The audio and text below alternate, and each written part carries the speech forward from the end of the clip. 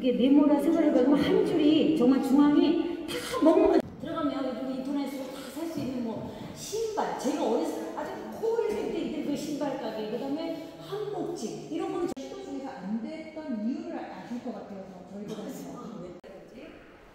이 분야의 뭐 전문적인 공무원이라든지 공무원 생활을 했다든지 이제 그런 건 전혀 없고요. 춘천은 똑같이 춘천의 발전이나 역사나 주민 정치에 대해 관심이 있기 때문에 또 환경에 대해 관심이 있기 때문에 그 문제로 꾸준히 일주일에 두세 번씩 같이 뜻을 같이 하는 사람들하고 손 한번 들어봐 주시겠어요? 자, 그럼 먼저 나는 거버넌스라는 말을 들어봤다. 손 한번 들어봐주세요. 거버넌스라는 말을 한 번이라도 들어봤다. 그쵸? 한 번이라도 다 들어보셨어요. 거버넌스라는 말은 새로운 말이 아니거든요. 뉴스가 소라 말하는 거버넌스가 뭔지에 대해서 가장 키워갈 수 있어요. 거버넌스가 무엇이냐? 거버넌스가 쉽게 해서 거버넌스를 굉장히 확실하게 얘기해도 크게 무리는 없어요.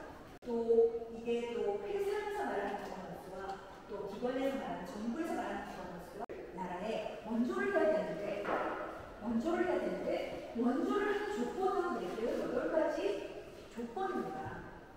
너희가 우리한테 얼마만큼 법칙일까? 유엔에서 돈 좋다. 그거 가지고 차 사고 샴페인 사면 안 되잖아요. 뭐가 깨져요? 신뢰가 깨집니다. 한 번 신뢰가 깨지기 시작하면 그 다음에 어떤 일도 안 돼요. 시민분도, 시민단체도, 그리고 전문가 단체도 각자가 맡은 부분에 대한 책임을 질 수 있다는 걸 보여주셔야 돼요. 도시 재생해놨다고 골목에다 그림을 잔뜩 그려놨는데 몇 달 지나니까 친환경 페인팅을 쓴 거예요. 그 돈은 시민의 돈이잖아요. 그쵸? 다음에 평등과 포괄성. 뭐 말 안 하셔도 아시겠지만 안 보는데 예전에 한참 드라마에 빠져있을 때 옛날에 그런 거 있었어요. 드라마 뭐 구회를 했다. 그럼 구회에 관해서 홈페이지 가서 막 의견을 달아요. 그러면 작가가 그걸 읽어요. 그리고 그 쓰신 독자들의 의견을 반영해서 그 다음 회를 써요. 그 사회단체들 중에서는 제 몸값을 하는 사회단체도 있고 이름만으로 국민 세금을 빼먹는 사회단체도 있지만 어쨌든 간에 지역 문제를 해결하고 편익을 증대시켜 나가는 거. 자, 네트워크형 거버넌스. 이제는요, 초기 단계에서는 정부가 각 시민단체들한테, 시민단체가 아니라 시민한테 오더를 했어요. 이제 그건 뒤에서 나오는데, 그리고 실행 나가는 과정인 걸 보여주죠. 네트워크형 거버넌스에서 한 단계 더 나간 게 있는데 그거 잠깐 말씀드리고 갈게요. 자, 정부라고 얘기를 해요. 이제는 정부가 하면서 일을 해나갈 수 있도록 플랫폼 역할을 하는 거예요. 앉아서. 자, 그럴 때는 정부의 입장은 어떤 입장이 돼야 되느냐? 굉장히 공정해야 되죠. 냉정하고. 큰 집을 다스리는 집사의 입장에서. 집사의 때문에 제가 한번 아른슈타인의 참여의 사다리라는 건데요. 되게 유명한 얘기예요. 시민 참여에 8개의 단계가 있다고 하는데요. 한번 볼게요. 여기. 초기는 정부가 계도를 했어요. 이렇게 해야 돼. 이렇게 하자. 이렇게 따라와. 이런 식으로. 뭔가 뭐 교통, 버스라든지 그런 걸 응원한다고 우리를 부른 거야. 갔는데 그 자리가 시민의 의견을 수렴하는 자리였냐? 아니었죠. 뭘 하는 자리였냐면 이미 결정된 걸 참석을 했었어요. 그 회의에서 주민들이 나는 이 동네 여기 사는데 버스 노선이 이렇게 됐으면 좋겠습니다 얘기하는 게 받아들여졌느냐? 아니었어요. 그 자리는 어떤 자리였냐 하면은 이미 정해진 거를 주민들한테 통보하는 자리였어요. 우리가 꼭 나쁜 건 아니에요. 왜? 과정이라고 저는 봐요. 주민 자치가 이루어지는 과정이라고 봐요. 하지만 분명히 춘천 버스 어려워졌어요. 네. 가시는 경로당마다 고통을 호소하셨어요. 네. 어르신들 바보예요? 아니에요. 네. 주민들을 모아놓고 다 끝나고 나서 그렇게 모아놓을 열정으로 어쨌든 간에 그렇게 가면서 민주주의는 발전하는 거겠죠? 지난번엔 그렇게 했지만 다음번엔 그것을 교훈으로 해서 더 나은 합치가 이루어지길 바라요. 자, 마지막 이상적인 단계죠. 공동협력 권한이 시민통제. 시민이 주인이 돼서 시민이 정책의 의사결정에 참여하고 시민이 직접 일하는 거죠. 시를 위해서. 자, 그럼 이렇게 생각하실 거예요. 어머, 춘천 시민이 몇 명인데 이 사람들이 너도 나도 다 참여하겠다 그러면은 이게 난장판이지 협치야? 그럼요. 그건 안 되는 거죠. 시민이 다참 28만 명이 다 참석하는 거 아니에요. 그래서 지금 이 자리에 오신 분들 제가 아까 그랬죠. 정말 영광이라고요.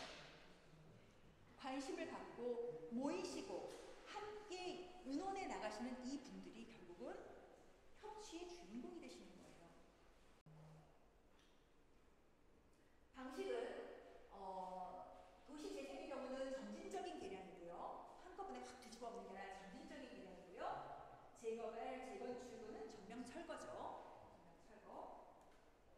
다음에 기반은 도시재생 같은 경우는 공공성이고 어떨 때는 도시재생을 위해서 다 갈아엎어야 될 때도 있는 거예요. 그럴 수 없을 경우에 손을 뗄 줄도 알아야 되는 거예요.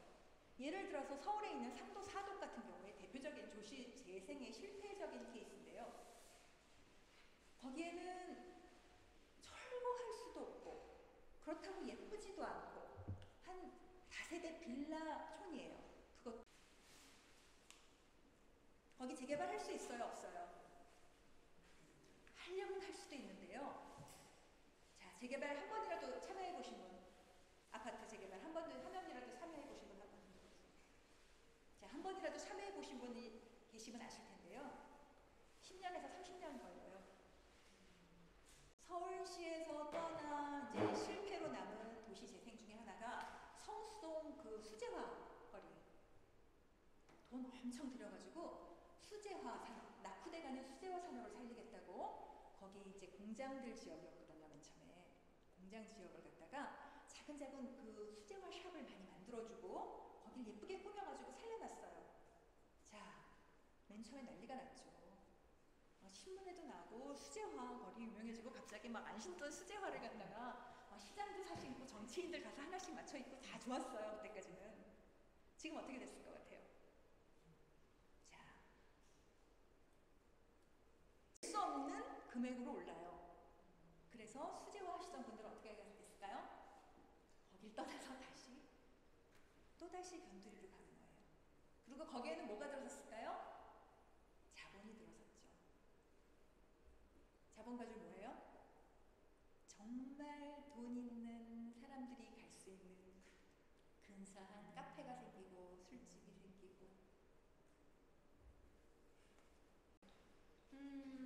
처음에는 작은 화구들이 모여져 있고 작은 선술집이 있는 그런 진짜 그리고 아주 뭐 중고 서점을 비롯해서 작은 서점들이 있던 그런 아늑한 곳이었어요. 가 들어가고 명품 매장이 들어가고 젠트리피케이션 때문에 다 나오게 됐죠. 이것을 찾아가야 될 이유가 없는 거예요. 매력을 잃었어요.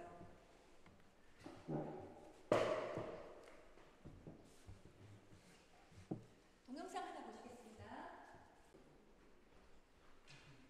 유튜브.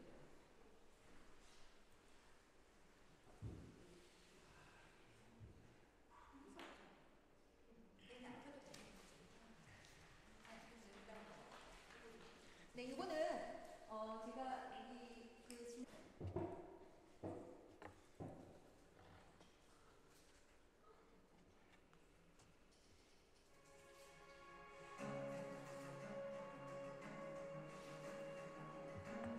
인천 서구의 한 작은 마을. 이곳은 오래전부터 마을을 지켜온 사람들의 이야기가 모조한 곳이죠.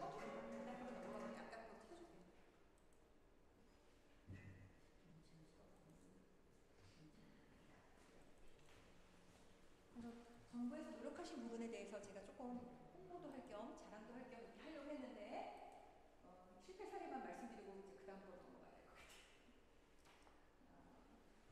자, 내 친한 친구하고 동업하기도 힘든데 하루에 공무원하고 동업을 한다고 한번 생각해보세요. 네, 공무원이 유명한 도시 춘천 아닙니까? 한 장 넣었어요. 짜증나서. 도시 재생의 아주 극단적인 사례죠. 진짜 문제점들이 있는데 우리가 보통 이제 성공한 도시 재생으로 얘기하자면 이제 서울은 좀 밀어놓고요. 되잖아요. 자, 대구가 그런 도시인지에 대한 거는 대구 시민들한테 들어봐야 알겠지만 우리도 대충 짐작하죠. 주도 보조금 의존형 도시재생 사업이다. 역시 관이 주도하고 있는 거예요. 시민이 게을러서 이런 결과가 나니까 아니에요. 시민의 협치를 어떻게 끌어내야 되는지를 아직 모르고 시민들도 아직도 우리가 스스로 주인이 돼서 우리 마을을 이렇게 해야겠다는 그 훈련이 덜 돼 있는 거예요. 이게 왜 그러냐? 우리가 전쟁을 겪은 지 100년도 안 되기 때문이에요. 1953년에 우리 전쟁 끝났죠? 6.25 전쟁 끝났어요. 이제 6.25 전쟁 끝나고 뭐 나가 있었죠? 아무것도 안 나가 있었어요. 초토화됐었어요. 한강물 어땠어요? 지금 우리가 한강하면 떠오르는 그 한강 아니죠? 한강에 똥물이 따라줘야 되는데 우리 어머니 아버지들한테 그럴 여유가 없었어요. 교회도 가셔야 되고 가족들하고 뭐 또 하셔야 되고 일주일간 일한 거에 쉼을 가지셔야 되는 이 시간에 굳이 여기까지 비 오는 날 이제 오늘의 주제는 해외 도시 재생 스페인의 바르셀로나의 산타 카타리나 시장. 자, 시장 하니까는 우리 아픈 손가락 있죠? 우리 아픈 손가락 어느 시장이죠? 자, 우리 중앙시장. 모든 시장님이 살리려고 그렇게 노력하셨고 시장 분들도 이 시장이 살아나길 원하고 춘천 중앙시장 생각나서 정선시장 가면 화나요. 아니 정선의 시장도 이렇게 사람이 넘치고 잘 되고 있는데 춘천 중앙시장 어쩔 거야 또. 자, 요거 동영상 볼 수 있나요? 가장 크고 아름다운 목조 구조물을 설치하게 된 것입니다. 두 번째 매력은 메트로폴 파라솔이 아주 혁명적으로 아름답다는 것입니다. 리듬이 느껴지는 패턴으로 반복되는 그리드, 그리고 구조물을 보면서 정말 멋지다. 여기에 30년간의 준더 선사유저예요. 30년의 협치 기간을 만약에 들였다면 저렇게 될 수도 있지 않았을까. 선사유적은 선사유적대로 살리고 그거는 그거고 중도를 너무 서두르셔서 그 세계적인 문화유산인 선사유적을 저렇게 만드신 거에 대해서는 정말 아쉬움과 정말 어떻게 표현할 수 없는 진한 아쉬움이 남아요. 30년 세월 여기 커다란 범위 보이시죠? 마마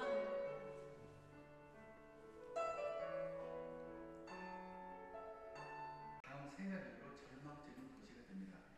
첫째, 극심한 실업률 때문입니다.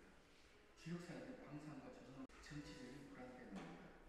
바스크 지역이 자치 공천을 하게 되면서 생기는 폭동과 테러를 일으켰습니다. 그래서 앞으로 어떻게 해야 빌바오가 살 수 있는지를 묻게 됩니다. 이에 필리포 비엔날 미술관을 유치하는 것으로 결정한 것입니다. 그렇습니다. 도시를 하나의 상품으로 볼 필요가 있지는 않았습니다. 그러다 수많은 회의 끝에 도시 전체가 아름다울 필요가 있다는 결론을 내립니다. 그게 강산이자 비엔날 미술관 건설을 위해 6개의 나라는 8억 유로를 투자합니다. 우리 돈으로 약 1조 700억 정도입니다. 그들은 강을 식수로까지 하는 것이 목표였습니다. 이런 사실을 아는 사람은 그렇게 많지 않습니다. 그리고 강 주변 여러 혁신적인 프로젝트를 동시에 추진합니다. 신들이 두는 체스처럼 적재적소에 포석을 한 것입니다. 1997년 미술관을 오픈하면서 사역이 생깁니다. 글자 그대로 죽었던 도시가 다시 살아났습니다. 그래서 구겐하임 효과라는 원래 빌바오가 이렇게 멋진 행정을 하였던가 생각해보면 그것은 아니었던 것 같습니다. 도시가 망해가니까 방향을 못 잡고 그랬던 빌바오 정부가 어떤 계기로 이런 스마트한 판단력과 추진력이 생긴 것일까요? 사업을 하려 했다면 지금의 빌바오는 없었을 겁니다. 어쩌면 지금까지도 빌바오 주민을 설득하고 있을지도 모릅니다. 그 주민들이 먼저 뭐라고 받아들이냐? 학습이라고 합니다. 그래, 다음에는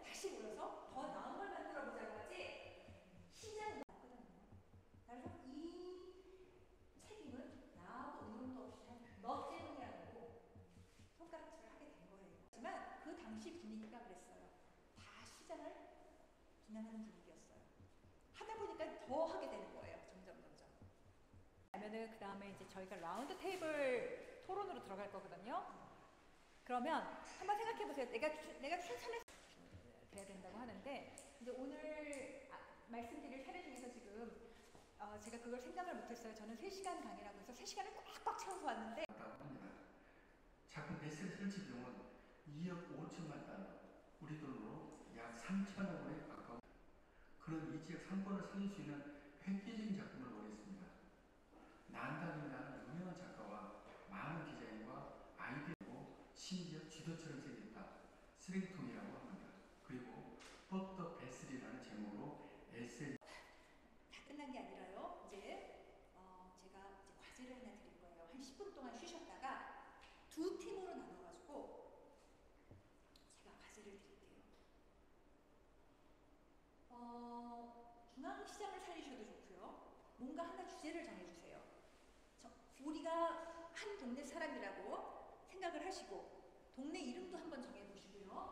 생각하시고 어떤 과제를 가지고 우리가 조직을 짜고 의논을 하고 역할을 분담해가지고 그렇게 해가지고 정부로부터 춘천시로부터 어떤 도움을 얻어낼 건지를 한번 만들어봤으면 좋겠어요. 그거 한 30분 만들 수 있거든요. 30분이면. 그래서 한번 우리 발표를 해봤으면 좋겠어요. 네, 선생님 오늘 강의 어떠셨는지 아니면 뭐 유익하셨는지 자유롭게 좀 어떠셨어요? 네, 올해 지금 오늘 도시 재생 그 이 얘기를 듣고 느낀 점이 좀 있는데요. 네네. 춘천에 오면은 좀 이렇게 특별한 게 없어요. 시장도 그렇고. 그래가지고 이 도생재생 사업에 제가 느낀 점을 좀 말하겠는데요.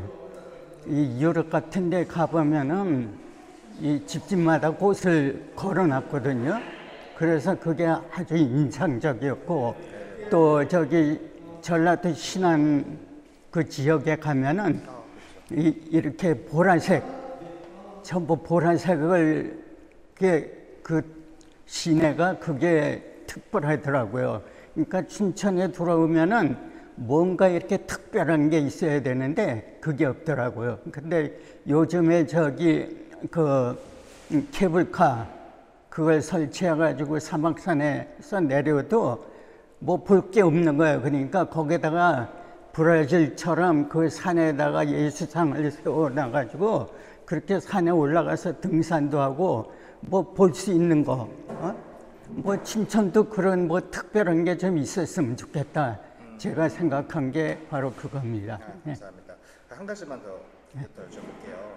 오늘 이 교육 장소가 네. 교동 소양동 도시재생지원센터로 이제 사업 선정돼서 지어진 장소인데 네. 이 장소에서 향후 더 있었으면 하는 프로그램이라든지 아니면 뭐 활용을 이렇게 좀 활용했으면 좋겠다라든지 뭐 간단히 생각하신 게 있으신지. 글쎄 여기는 시내 중심이고 또 산도 있으니까 뭐 그런 좀 시민이 좀 여기 거쳐가면서 뭐 활용할 수 있는 그런 방안을 좀 마련해 줬으면 그게 좋겠더라고요.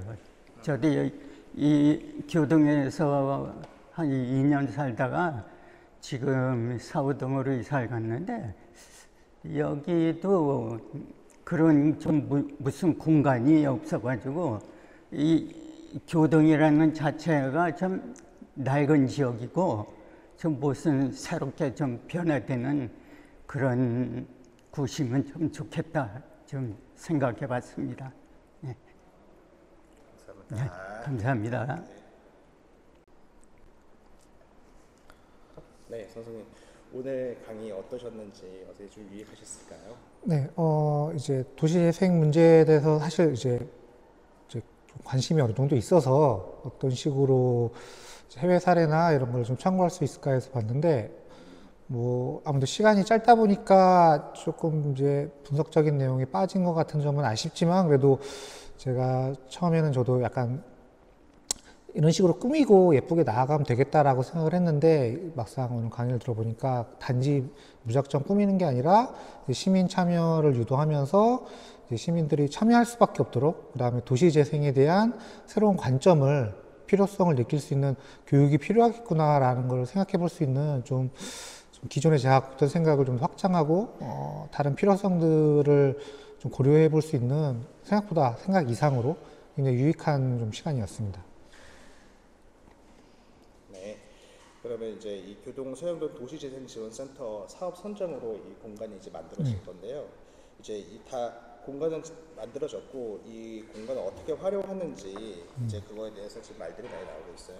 그거에 대한 선생님께서 생각하시는 이렇게 좀 활용했으면 좋겠다 하는 것도 괜찮고, 아니면 오늘 이렇게 한번 인문학 강의한 것처럼 또 다른 어떠한 교육이라든지 또 그런 강의가 더 있었으면 하시는 게 좀 있으신지 좋습니다.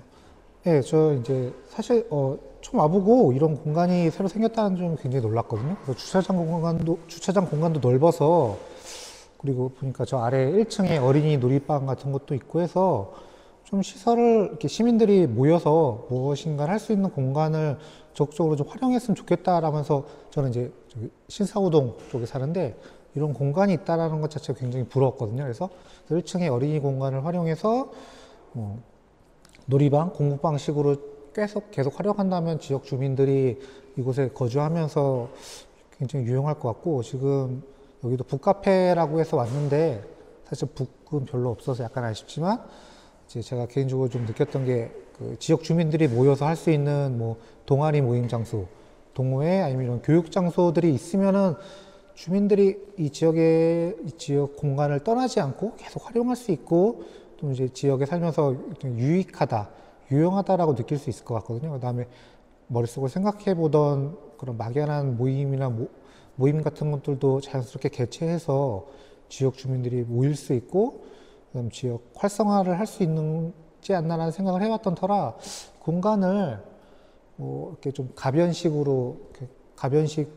벽을 좀 이용을 해서 이 공간을 좀 주민들이 모임이든 동아리든 정기적으로 활용할 수 있도록 이렇게 활성화시킨다면 굉장히 유용할 것 같거든요. 그다음에 이제 지금 이번 강의도 기대 이상으로 전체적으로 좀 좋아서, 그러니까 이제 입문하는 느낌으로서 받아들이기에 좀 난이도도 적당하고 그러면서 수준도 어느 정도 있어서, 이런 식의 인문학 강의도 이제 장르별로 이제 이런 식으로 전체적으로 하는 것도 좋고, 그다음에 이제 오늘 했던 이제 지역 재생에 대해서 필요성도 지역 주민들을 약간 강제적으로라도 혹은 뭐 이용하던 쿠폰을 방식을 이용하든 해서 모여서 뭐 지역 재생에 대한 필요성을 교육하고, 직접 주민들이 그럼 우리 동네에 어떤 게 있으면 좋을까에 대해서 시설도 같이 고민하고, 지역 탐방, 아마 이번 프로그램에도 있죠. 이제 지역 춘천의 역사 같은 지역 탐방 프로그램도 곁들인다면은 지역 재생 문제도 해결할 수 있는, 그러면서도 지역 주민들이 참여할 수 있고 이 공간도 활용할 수 있는 인문학 강의 프로그램도 있을 것 같고, 그 외에 뭐 인문학 일반인, 뭐 철학이든 문학, 시, 모임 이런 것들도, 이런 공간이 좀 훌륭한 공간이 있으니까 적극적으로 좀 시민 참여, 뭐 교육 이런 식으로 활용을 하면은 매우 좋을 것 같아서, 이 공간을 어디 다른 데 임대를 주거나 내주기보다는 지역 주민들이 활용하고 활성화할 수 있도록, 그리고 뭐 그런 방안에 뭐 예산을 좀 지원해 준다든지 하는 식으로 이용만 잘하면은 매우 좋은 공간이 될 수 있을 거라고 좀 저는 약간 부러움 반으로 기대를 하고 있습니다. 네, 감사합니다. 네.